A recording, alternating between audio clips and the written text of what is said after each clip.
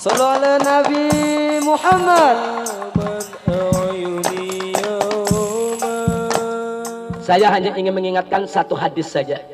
Kita tahu peran ibu itu sebagaimana dikatakan al-jannatu tahta aqdamil ummahat. Sorga itu ada di bawah telapak kaki ibu.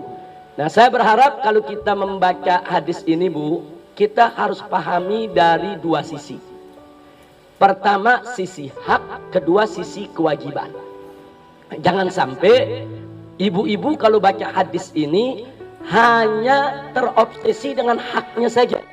Sorga itu ada di bawah telapak kaki ibu. Wah, berarti anak-anak harus taat kepada ibu, harus patuh kepada ibu. Pokoknya nggak bisa masuk sorga tanpa ridho ibu. Itu betul, itu tidak salah. Tapi jangan sampai ibu hanya terobsesi dengan masalah itu saja. Itu namanya hanya terobsesi dengan hak ibu yang harus ditaati, hak ibu yang harus dicintai. Tapi jangan lupa, hadis itu juga mengandung kewajiban ibu-ibu. Sorga itu ada di bawah telapak kaki ibu. Artinya generasi penerus ibu itu bisa masuk sorga atau tidak bisa masuk sorga tergantung pendidikan ibu. Nah, ini kan namanya kita bicara apa? Kewajiban. Nah, bukan hanya bicara hak. Jadi kalau sampai ada anak-anak kita yang masuk neraka jahanam, na'udzubillah min dzalik, karena kesalahan ibunya yang tidak mendidik, tentu itu juga akan menjadi kecelakaan buat si ibu tadi. Itu akan merupakan kerugian buat si ibu tadi. Dan kalau bicara sorga, bukan hanya sorga yang di akhirat, sorga di dunia pun tidak akan terwujud tanpa peran ibu-ibu. Siapa yang berperan mendorong suami-suami ibu menjadi pegawai-pegawai yang jujur kalau bukan ibu?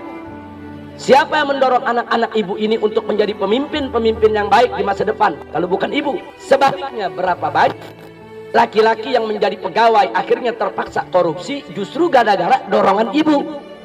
Nah, jangan lupa tuh, kadang-kadang nih udah gajinya pas-pasan, begitu pulang apa kata istri ngomongnya, pak tetangga habis beli emas tuh pak tetangga mobilnya baru tuh pak. Nah, inilah hari dorong-dorong begitu, akhirnya begitu masuk kantor ada kesempatan. Nah, kapan lagi? Nah, tujuan dia mau nyenangin istri, tapi akhirnya dia terjebak di dalam perbuatan yang diharamkan oleh Allah Subhanahu wa taala. Makanya peran ibu itu besar, bosan.